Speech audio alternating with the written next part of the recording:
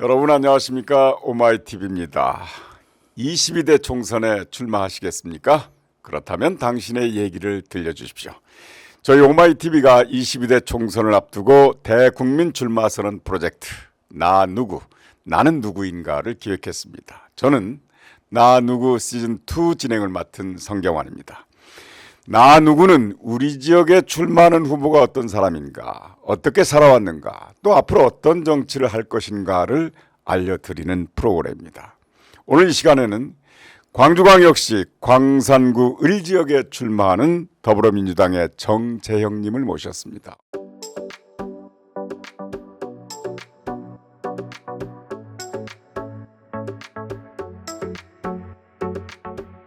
어서 오십시오. 네, 반갑습니다. 지금 광주에서 올라오신 거죠? 네, 그렇습니다. 네. 가장 비싼 차를 타고 올라왔습니다. 우리 시청자 KTX. 여러분께 인사부터 드리시고. 네, 안녕하세요. 광주 광산구을 국회의원 예비 후보 최종 경선에 올라가 있는 정재혁입니다. 반갑습니다. 네. 근데 그 경선 후보가 말이죠. 네, 산이 좀 높아요. 네, 민영배 현 국회의원. 네, 맞습니다. 굉장히 스피커도 세고. 네, 네. 네. 민영배 의원이 워낙에 이제 많이 언론에도 나오시고 많이 회자돼 있어서 높다라고 하는 거는 인지도 면에서는 상당히 높은 건 같습니다. 근데 이제 지역에서는 국회의원 전에 구청장을 재선하시고 국회의원을 하시다 보니까 10년 이상 이제 정치를 하셨습니다. 그 속에서 인지도가 높은 것과 반면에 민영배 의원님의 그런 정치를 또 비토하는 그런 반민의 지역민들의 의견도 상당히 많이 있는 상황이어서 제대로 이걸 한번 평가받고 이런 다른 정치를 하겠다라고 말씀을 드리면서 주민들한테 어필해 가다 보면 분명히 그건 큰 산이 아니고 넘을 수 있는 산이라고 생각했기 때문에 네. 20년 준비해서 내려왔습니다. 20년. 청와대에 근무하신 적 있죠? 네, 네, 그렇습니다. 청와대에서 무슨 일을 하셨습니까? 이제 2017년 문재인 정부 청와대에 처음 들어가서부터 네. 5년간 정확히 53개월 근무를 했는데요. 초기에는 민원 총괄을 했습니다. 그 탄핵으로 됐던 청와대였다 보니 인수위가 없었고 네, 그렇습니다. 첫날 첫 출근할 때는 정말 충격적이었습니다. 부도난 사무실이었고 내팽개친 사무실에서 제가 첫날 첫 출근의 첫 번째 임무는 빗자루를 들고 사무실을 청소하는 거였습니다. 그 정도로 처참했고 박근혜 정부 인사들이 그렇게 내팽개친 청와대를 수습하고 복구하는데 6개월이 걸렸고 그 와중에 산적해 있는 민원이 너무 많았습니다. 그 민원을 총괄하면서 풀어내는데 정신이 없는 시간을 보냈고 그렇게 한 2년 남짓 넘어서까지 생활을 했고요. 이후에 이제 2020년 되고 나서 청와대 내 새로운 직제가 생겼는데 국민생활안전 담당관이라는 직제가 생기고 그걸 저를 임명해 주셔서 청와대 내 안전 컨트롤 타워 역할을 했습니다. 중요한 건 교통사고 사망자, 산재 사망자, 자살 사망자를 줄이라는 구체적인 지시와 더불어서 국민 생활 안전 전반에 청와대 내 컨트롤 타워 역할을 하라라고 하셔서 그 역할을 좀 했었고요. 그거 맞자마자 세계적으로 재앙이었던 코로나19가 터지면서 그렇습니다. 본의 아니게 코로나 정무대응을 총괄하는 역할까지 맡았습니다. 당시에 코로나 방역은 세계 최고였죠. K방역. 네, 맞습니다. 그걸 책임지셨군요. 네, 정무대응을 총괄하고 아시겠지만 초기에 마스크 대란이나 백신 수급이나 공급 문제, 또 우한에 있는 교포들 우리나라에 데리고 들어와서 네네. 격리시키고 치료시켜서 보내는 그런 자부심 있는 모습도 보여냈고 대구나 이런 코로나가 극심했던 지역에 대통령을 모시고 가서 현장 직접 방문하는 역할도 좀 해내고요. 밤낮 없이 일하다 보니 세계적으로 K방역이라는 찬사까지 받았던 것 같습니다. 그렇죠. 그 당시에 그런 안전관리 시스템이 그대로 계속 유지됐다면 그 네. 다음에 그런 안전 문제 같은 건 없었을 텐데 하는 네, 생각이 맞습니다. 드네요. 너무 안타깝습니다. 그래서 네. 지난번에 이번 6월 초죠. 그 이태원 참사 특별법 설마했는데 그걸 거부권을 윤석열 대통령이 행사하셔서 저는 오마이TV하고 조금 각별한 게 있습니다. 왜냐하면 그 당시에 2월 초에 거부권 행사하는 걸 보고 도저히 묵과할 수가 없었습니다. 왜냐하면 전 정권의 국민생활 안전 담당관이기도 했고요. 바로 올라와서 그날 국회에서 기자회견을 했는데요. 지금 퇴진과 혁신이라고 하는 정치 신인들 모임이 있는데 그 일환으로 제가 올라와서 기자회견을 했는데 그 당시에 제가 너무 화가 나서 이태원 참사 특별법 거부권을 행사한 대통령한테 고작 5년짜리 대통령이 겁도 없이 입법부의 권능을 무시하고 민주주의를 파괴하고 있다 이런 이야기를 했는데 우리 오마이 TV가 직접 그거를 영상을 그 제목 그대로 썸네일 달아주셔가지고 그 영상을 15,000명 이상이 보는 어마어마한 영향을 끼치게 만들어 주셔서 오마이 TV는 너무 각별하게 감사의 말씀드립니다. 그런 경험을 토대로 해서 광주에 가서 광주 혁신경제연구소를 운영하신다고요? 네, 그렇습니다. 광주가 제가 갔던 20년 전에 광주하고 달라졌다라고 하는 거는 도로가 넓어지고 아파트가 올라간 것 빼놓고는 특별하게 많이 달라지지는 않은 것 같아서 그렇다면 이 광주 경제를 사람이 모여드는 도시로 만들기 위해서는 어떻게 해야 될까? 제가 한 진단은 낙후된 경제 구조, 산업 구조를 바꿔내야 된다.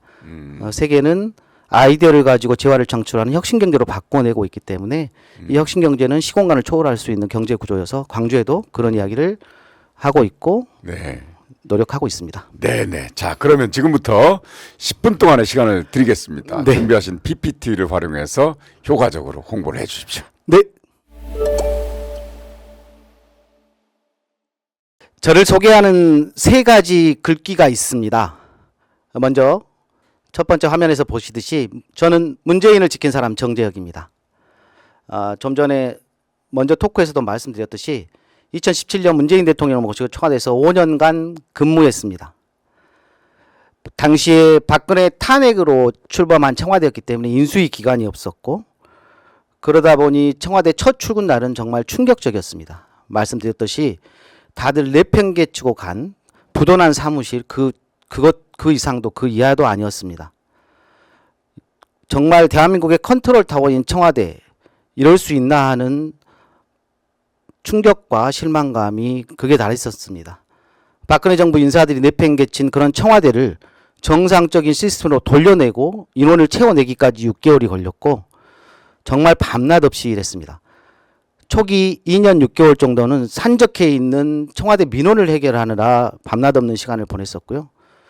2020년 1월에 구체적인 직제가 하나 만들어졌는데 국민생활안전담당관이라는 직제가 만들어지고 제가 임명됐습니다. 국민생활안전담당관은 산재사고, 교통사고 사망자, 자살을 획기적으로 줄일 수 있는 방법을 연구하라고 하셨고 그걸 중심으로 해서 대한민국 국민생활안전을 총괄하는 컨트롤타워 역할을 맡겨주셨습니다. 그렇게 해서 임무를 수행하고 있는 과정에 잘 아시듯이 2020년 1월 28일로 기억하는데요. 우리나라의 첫 번째 코로나 환자가 발생하면서 본의 아니게 제가 청와대 내에서 코로나 정무 대응을 총괄하게 됐습니다. 당시에는 코로나 대응을 하기 위해서 우리가 가장 큰 장점이라고 하는 정보통신 기술, AI 등을 활용을 해서 마스크 수급 대란, 그 다음에 백신 수급과 공급, 병상 해결 문제 등을 그런 기술을 통해서 접목하려고 노력했고요. 그런 과정에서 글로벌 기업들하고의 네트워크를 통해서 인적 네트워크를 쌓았고 그게 큰 자산이 됐습니다. 다음 보여드리겠습니다. 두 번째 저를 이야기하는 글귀 이재명을 세운 사람입니다. 지난 대선 과정 청와대 5년 남짓한 기간을 몇 달 안 남기고 제가 이재명 후보의 경선 캠프에 청와대 인사로 영입됐습니다. 당시 이제 이재명의 국민생활안전추진단장으로 경선 캠프에 결합을 해서 대선을 치렀는데요. 아쉽게도 정권 재창출을 실패했고 이어진 인천계양 국회의원 보궐선거에도 청와대 인사 중에서는 유일하게 제가 결합을 했습니다. 2022년 6월 1일 지방선거와 동시에 치러졌던 인천계양 국회의원 보궐선거에서는 제가 기획 홍보실장을 맡았는데요. 당시 인천계양 보궐선거 캠프 앞에는 극우 유튜버들부터 시작해서 캠프를 방해하려고 하는 보수 세력들과 맞서서 밤낮 없이 지역 주민들하고 같이 정책 공약하고 구체적인 공약과 기획을 하면서 이재명 대표가 국회의원을 다는데 일조했다고 봅니다. 그 과정에서 이재명 대표하고 친분이 있었던 사람들을 아직도 연락을 하고 있는데 그 덕에 언론에서 일부 저를 친명으로 이야기하기도 합니다. 다음, 저를 소개할 때 광산을 일으킬 사람이라고 말씀드립니다. 2012년부터 우리 광주는 광주로 들어오는 유입 인구 대비 유출되는 광주를 떠나는 인구가 훨씬 더 많아지기 시작했습니다. 광주를 유출된 인구의 60%가량이 20대, 30대 청년들입니다. 도시의 활력이 떨어질 수밖에 없고 지역 소멸의 위기까지도 걱정해야 될 상황이 되고 있습니다. 과연 왜 그럴까? 저는 거기에 대한 해답을 낙후된 산업구조, 경제구조로 진단했습니다. 저희 광산구만 보더라도 하남산단, 진곡산단 등 산단이 많이 위치해 있습니다. 하지만 여전히 제조업 중심, 대기업 하청구조 중심의 공단입니다. 당연히 젊은이들이 일할 수 있는 일자리라고 볼 수 없고 수도권으로 몰릴 수밖에 없는 실정입니다. 그래서 저는 세계적으로 아이디어를 가지고 재화를 창출해내는 혁신경제로 세계경제가 다 전환되어 있는 상황이기 때문에 혁신경제의 가장 큰 장점은 시공간을 초월해서 경제를 통해서 재화를 창출할 수 있는 상황입니다. 그래서 지역에서 광주혁신경제연구소를 만들었고 글로벌 기업들의 혁신센터 하나가 좀 들어와 준다라고 하면 지역의 젊은이들이 가지고 있는 상상력을 통해서 창업을 하고 그것을 인큐베이팅해서 스타트업 기업으로 만들어서 젊은이들이 찾아올 수 있는 광주로 만들 수 있다라고 생각합니다. 우리 광산구는 상당한 매력을 가지고 있습니다. 말씀드렸듯이 공단이 많이 위치해 있고 영산강, 황룡강 사이에 어등산을 끼고 있는 평야지대이기도 합니다. 또 잘 아시겠지만 광주는 음식의 맛의 K푸드 정도로 음식 맛이 최고이기도 합니다. 이러한 상당한 매력을 갖고 있는 광산구. 제가 만났던 청와대의 글로벌 네트워크 관계자들한테 이런 이야기를 하면 상당히 관심 있어 하고 매력 있어 합니다. 다음, 선출되지 않은 권력에 대한 민주적 통제. 제가 정치하는 이유입니다. 먼저 윤석열 정부가 들어서서 검찰 독재, 경제 파탄, 인사 참사, 안보 불안, 외교 무능 등 헤아릴 수 없는 많은 문제들 때문에 매일 전쟁 같은 하루하루를 보내고 계시는 국민 여러분께 정치를 하는 사람으로서 너무 죄송한 마음입니다. 저는 청와대에서 5년간 있으면서 선출된 대통령, 선출된 권력 뒷단에 선출되지 않은 기득권 카르텔 권력들이 청와대 내에 깊숙이 개입해서 정부 정책을 합리적으로 하지 못하게 방해한 그런 모습을 보고 느끼고 바뀌어야 된다는 생각을 갖게 됐습니다. 대표적인 선출되지 않은 권력이라고 하면 검찰을 비롯해서 기재부, 감사원, 국정원 등을 들 수 있고 다는 아니겠지만 일부 카르텔 권력들이 청와대 내에 깊숙이 들어와 있어서 합리적인 의사결정을 방해하고 세력을 확장하면서 비선출 권력들이 국민주권을 침해하는 모습을 목격했습니다.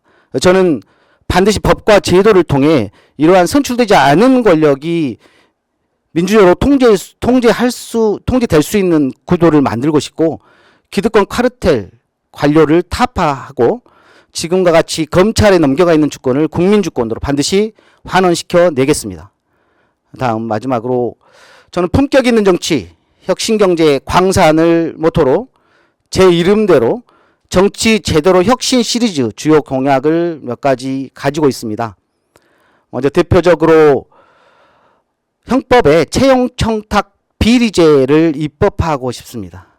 이것을 통해서 우리 청년들이 공정하게 채용하고 동일한 출발선에서 채용될 수 있는 법과 제도를 만들어내고 싶습니다. 적어도 태어날 때는 빈부격차가 있고 차이가 있을지라도 채용하고 인사 문제와 관련해서는 공정하게 출발하고 평가받고 채용될 수 있는 문화를 제도화하고 입법화하겠습니다. 다음 둘째로 흉악범죄의 양형 기준을 전면 조정해서 지금 감형 기준에 있는 진지한 만성을 삭제하겠습니다. 그래서 지금과 같은 가해자 중심에서 피해자 중심으로 형법 개조를 바꿔내고 국민들이 인정할 수 있는 법 제도와 기준으로 만들어내겠습니다. 다음으로 자원봉사 시간을 좀 활용을 해서 국가가 간병을 보장할 수 있는 국가 간병보장제를 입법화하겠습니다. 지금 고령화 시대에 국가가 간병을 이제는 해야 되는 상황입니다. 또한 젊었을 때 우리가 자원봉사를 많이 하면서 쌓게 되는 자원봉사 시간을 마땅하게 활용하지도 못합니다. 이 두 개를 잘 결합을 해서 자원봉사의 일정 비율을 활용을 해서 나중에 국가가 간병을 보장해주는 그런 것을 제도화해서 자원봉사도 활성화시킬 수 있고 국가가 간병보장제로 복지를 증대시킬 수 있도록 해보겠습니다. 이와 더불어 지방 의원들이 국회의원에 줄서기 하는 그런 악습을 근절하기 위해 정치개혁 일환으로 지역정당과 중앙정당을 분리내는 정당법 개정을 통해 이제는 지역 의원들이 국회의원에 줄 서는 게 아니고 지역 주민들한테 줄 서게 만들겠습니다. 마지막으로 87년 이후 헌법 개정이 아직도 이루어지지 않으면서 제왕적 대통령제의 폐단이 너무 많이 나타나고 있습니다. 이것 때문에 갈등과 분열이 계속되고 있고 40년 가까이 된 헌법을 반드시 이번에는 개헌해서 분권형 대통령제 추진 등 권력 개편과 더불어서 뿔뿔이 민주주의 확대, 올바른 헌법으로 개정될 수 있도록 반드시 이뤄내겠습니다. 정치 제도를 혁신할 사람, 저 정재혁이었습니다. 잘 지켜봐 주십시오. 감사합니다. 네, 지금 경선을 앞두고 있는 광주광역시 광산 을구에 출마한 정재영님의 말씀을 들어봤는데요. 지금 보니까 광주광역시에서 현역이 많이 교체가 됐어요. 네, 그렇습니다. 분위기가 어떻습니까? 그만큼 이제 현역에 대한 현역 정치인들이 새로운 대안이 될 수 없다라는 것에 대한 유권자들의 반증인 것 같습니다. 네. 먼저 심판이 좀 있었죠. 지난 대선에서 80%의 압도적인 지지를 보내줬던 광주가 지난 지방선거에서는 37.7%라는 최저의 투표율, 역대 있을 수 없는 투표율로 투표를 하지 않은 것을 통해서 비판을 하셨습니다. 바뀌지 않은 민주당, 새로운 대안이 될 수 없는 정치인들에 대한 냉정한 비판이 있으셨고요. 그게 아직도 살아계신다고 저는 보고 이번만큼은 현역 교체를 통해서 말 그대로 광주 정신을 담을 수 있고 광주를 대표할 수 있는 젊은 정치인들한테 기회를 꼭 주시면 결이 다른 정치를 꼭 할 수 있지 않을까 하는 생각이 듭니다. 네, 의욕과 열정이 아주 대단하신데요. 네.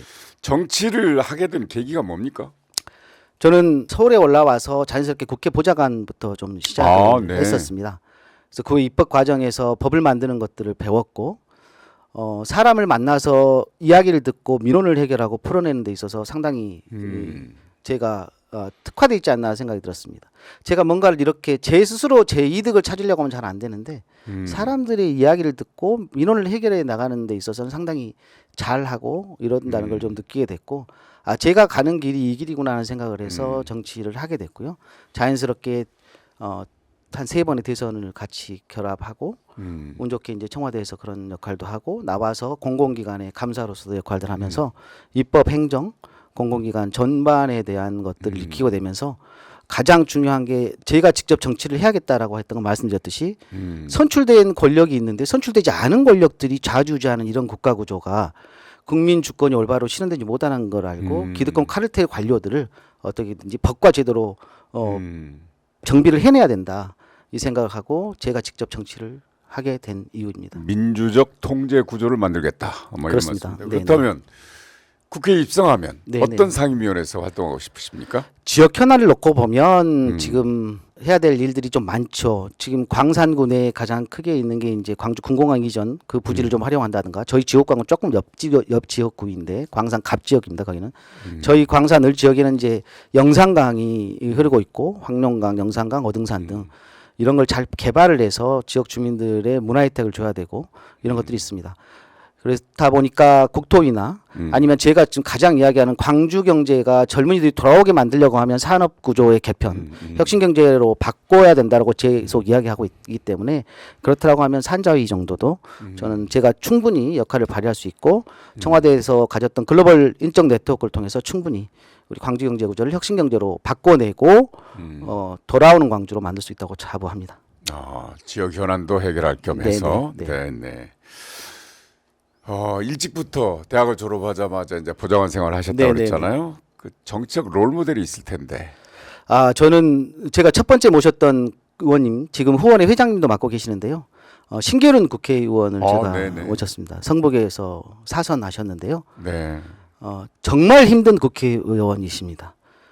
국회의원 보좌진들이 많이 갈릴 정도로 너무 힘든데 제가 이제 자서전에도 썼지만 그 당시에 의원님이 항상 너무 나무라시면서 노심초사라는 이야기를 하셨어요. 그게 저는 무슨 말이 뭐냐고 너무 서운했습니다. 너무 열심히 보좌를 해도 네.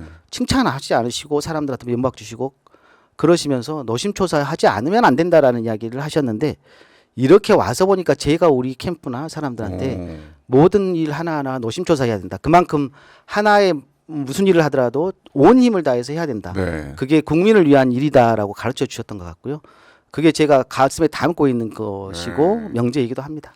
아, 이 신계륜 의원 보좌관을 하셨구나. 네네. 신계륜 의원은 모든 사람들한테 친절한데. 보좌진들한테는 아주 무섭습니다. 네, 그래가지고 거기에서 그렇게 훈련을 하셨기 때문에 네네. 청와대 5년 동안 그런 험한 일을 다 하셨군요. 네, 징계를 원 출신 보좌진들은 청와대에서 일 잘한다고 소문 많이 나 있습니다. 노무현 대통령 때부터 그렇습니다. 아, 네, 네, 네. 자, 이렇게 해서 이 시간에는 광주 광산 을 지역에 출마한 정재혁 후보를 만나봤습니다. 수고하셨습니다. 감사합니다. 네. 자, OYTV 총선 기획 나 누구는 22대 국회의원 총선에 출마를 희망하는 대한민국 국민이면 누구나 다 참여할 수 있는데요. 출연을 원하신다면 지금 화면 하단에 자막으로 흐르고 있죠. 메일 오마이 나 누구 네이버.com으로 연락을 주시면 신청이 가능합니다.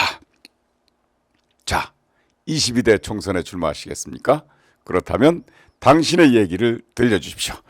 오마이TV의 대국민 출마 선언 프로젝트 나 누구는 총선까지 계속됩니다. 여러분 감사합니다.